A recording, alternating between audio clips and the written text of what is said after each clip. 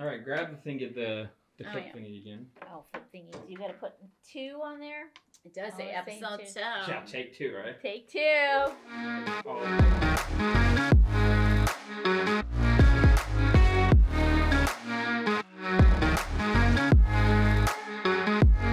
Hello, everyone. Welcome to episode 2 of Project She Leads. My name is Nori Joaquin, your host for this series.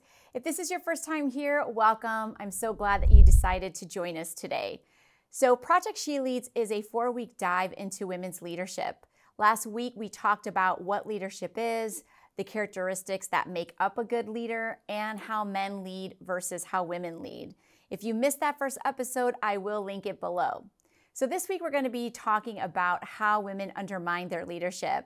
And I am so excited about this episode because I think there are so many habits that us women have that we don't realize will weaken our impact. So there are a lot of things to pack into the second episode. So let me introduce you to my guest, Nannette Pachol. Welcome, Nannette. I'm so glad to have you on Project She Leads. Yeah. Well, thank you, Nori. It is an absolute honor and privilege to get the opportunity to participate in this project. I am looking forward to delving into all of the topics that we have. Thank you very much.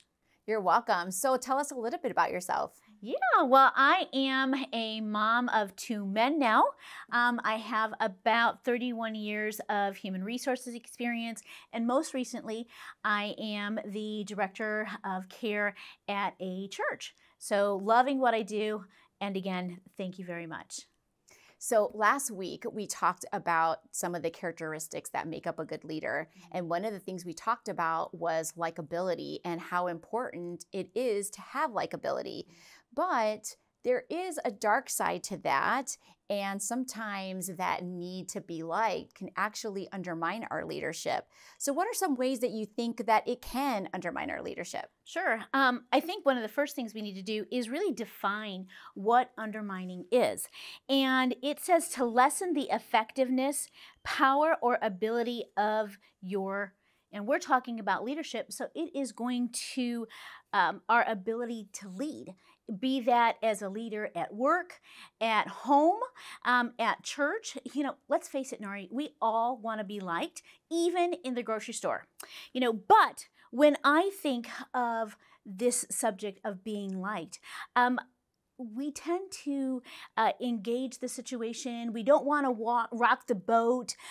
We stifle the responses, our reactions. So like you said, it really does lessen our effectiveness.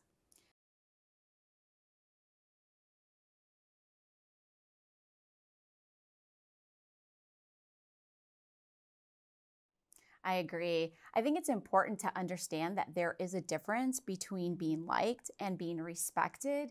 And really, it's both of those things that we should be aiming for. And in order to help that is to understand that even though not everyone is going to agree with our decisions, you know, if we do rock the boat, it's important to be authentic to our own values. But let's kind of move a little bit over to the opposite of that, because there are some women who will push down that need to be liked and go in the opposite direction and pretend that they don't care if they're liked. And maybe they fear being a pushover. What are your thoughts on that? Yeah. Acting like you don't care really sends a message of disinterest, or you're not engaged in what is going on. But as you know, there needs to be a balance there. Being liked really does pay off as in a relationship, as a relationship with your coworkers, or even within the home. So it is really necessary to have that balance there. I totally agree with that as well. And I think that when we are leading as if we don't care if we're liked, then we're actually not leading with authenticity, which is really another important quality of leadership. So one way, to kind of have balance is to remember that we do want to be liked and to be respected. But one of those ways that we can actually erode respect is this constant need to apologize. I hear you. You know, I thank you for giving me this opportunity to talk about undermining, but, you know, apologizing, I'm working through it. I am not a master at any one of these topics we're going to be talking about, but really, through God's help, He is working through me in this. And this is something, as you know, we've known each other for a long time. This is something that I personally struggle with a lot. And I even start my conversations with, I'm sorry, you know, I don't want to bother you. And so I started really, as I'm doing my research here, I started thinking about that and why do I do that?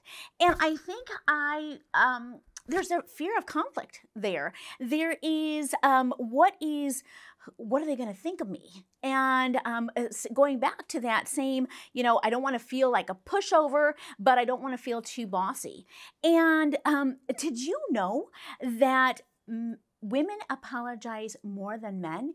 And it's not because of men refusing to admit wrongdoing, but apologizing frequently for me, kind of the low self-esteem comes through, and my, like I said, fear of conflict, and even undermines my validity of the statements that that follows that, I'm sorry, I don't mean to do this. It really devalues me. I can totally understand that. I think that's one of the reasons why I almost never apologize in emails. Emails are basically the majority of my communication, at least in terms of the workplace. And so I really do very strategic about not apologizing in emails. So I'll just give you a quick example. I had recently sent out an email to a group of people, and someone on my team noticed that there was some misinformation in the email. So she quickly let me know. So I sent a follow-up email to the group and basically said, you know, it was brought to my attention that, you know, this statement was made. It was incorrect. Here is the correct information. And instead of ending this email with, sorry for the confusion, I just said, let me know if you have any questions. So I do think that sometimes when we think about apologizing, we think about, you know, taking ownership, but it is possible to take ownership without actually apologizing. Yeah, absolutely. And some other examples of that, you know, I found myself saying, I'm sorry for the delay. So instead of saying, I'm sorry for the delay, thank you for your patience. Or I'm sorry, I can't make that meeting. You can't make it. So just say, I can't make the meeting. Really cut into the chase. They don't need any explanations. They don't want your apologies. They just really want a direct response. Those are such great ideas.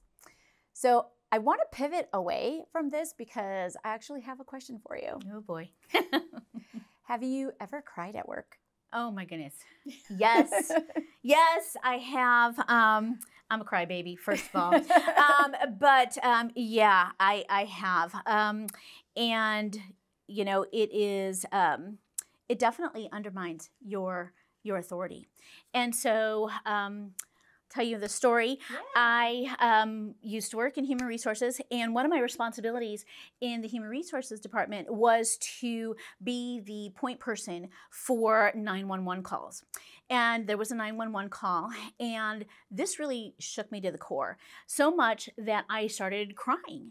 And had to regain composure, but afterwards, my manager came to me and wanted to know if this responsibility was too much, and that, you know, could I handle this without getting upset and really focusing on what was happening.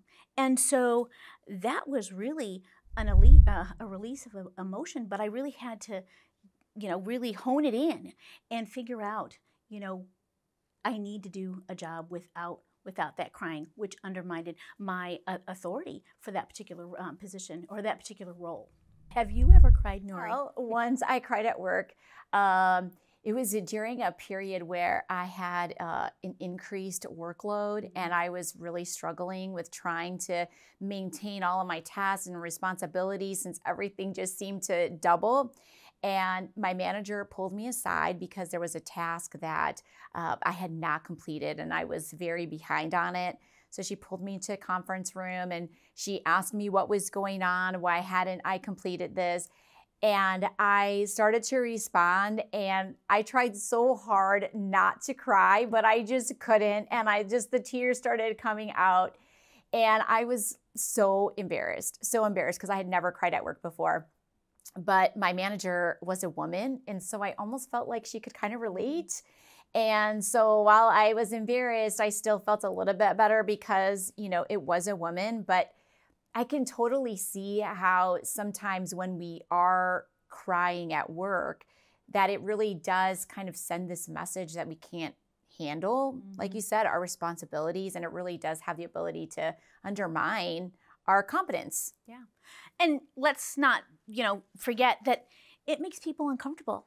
Yes. It really does. And it's hard to get your message across once you have to hone it in yourself.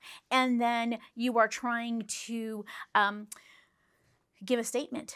It's really hard. Yeah. There are definitely moments when we all tend to get emotional. We're not going to escape that. But I think if you find yourself as someone who tends to well up a lot, that it might be worth just taking a step back and really examining the root. Because we tend to get over emotional when we're really overloaded, we're overwhelmed, we're anxious, or even angry. And so I think it's worth taking that step back and trying to understand, where is this really coming from, so that we can regain, some control over our emotions, so that we can release it with the appropriate people and at the appropriate time. Yeah, I like how you talked about regaining your emotion, because, there are different situations that come our way, and we need to still walk in that wheelhouse that we're in without turning to crying before anything else. It's important to use your words to express what you're feeling, what you're thinking, what you want, versus using tears to express that. Yeah, I totally concur with you. Yeah, absolutely. So another area that I have found that all of us struggle in at one time or another, and that is putting the needs of others before our own. Yeah. As you mentioned, Nori, that's a hard one, even as women. As I mentioned, I'm a mother of 2, and they're grown, they're out of the house now, but as women, we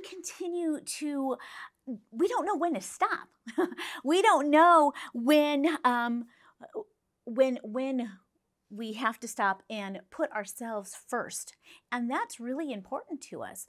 We are, we want to give our children security. We want to guide them, but we tend to forget to stop. And we matter. You hit it right on the nail.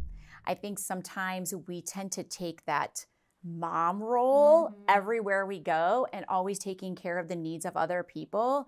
But even if you're not a mom, you can still take on that caretaker role and making sure that everyone else has what they need, all while ignoring what you need and suffering in silence. Yeah. We sure do. We lose sight of what we want, what we need, and we then undermine our leadership to our own judgment. Exactly. So to avoid this, avoid giving in, even though it may be the quick fix. I know that's a lot easier said than done, but it is important to understand that your needs are as equally important as everyone around you that you are trying to serve and take care of. So have you ever heard the saying, good things come to those who wait? Oh, yes. So I think that some of us women who struggle with putting the needs of others before our own also struggle with having too much patience. Oh, yeah, absolutely. I do that all the time. Again, like I said, I've not mastered any of these, but I'm really working through them. And yeah, that patience is a detriment, especially when you have somebody that wants to, knows that you are going to wait and wait and wait. And again, we're going back to that ability of leadership that really undermines your leadership and maybe even takes it a step farther as to being, a performance. Their performance has some significant flaws in their role, in their job, and so we need to take, as a leader, we need to take on that and not be that pushover, not wait until the very end for the deadline to lapse. And we do that. I know I do that. I do that, and I need not to do that. Absolutely. Just think about this. We wait to be heard. We wait to be promoted. We wait for other people to do their part. We wait to speak. We wait to take our turn. So instead of thinking that good things come to those who wait, maybe we can replace that thought process that the squeaky wheel gets the grease. And if you're not familiar with that saying, that basically just means to be persistent. Don't be silenced. Keep going after it. That's good. That's really good. Yeah, absolutely. I couldn't agree more. That is something that I need to take on a daily basis. I need to listen to just what we were talking about and take it and walk through it. And that is absolutely something that we really need. I really need. I really appreciate all that we've talked about, because that's something that I'm going to take back with me, and I really do appreciate that.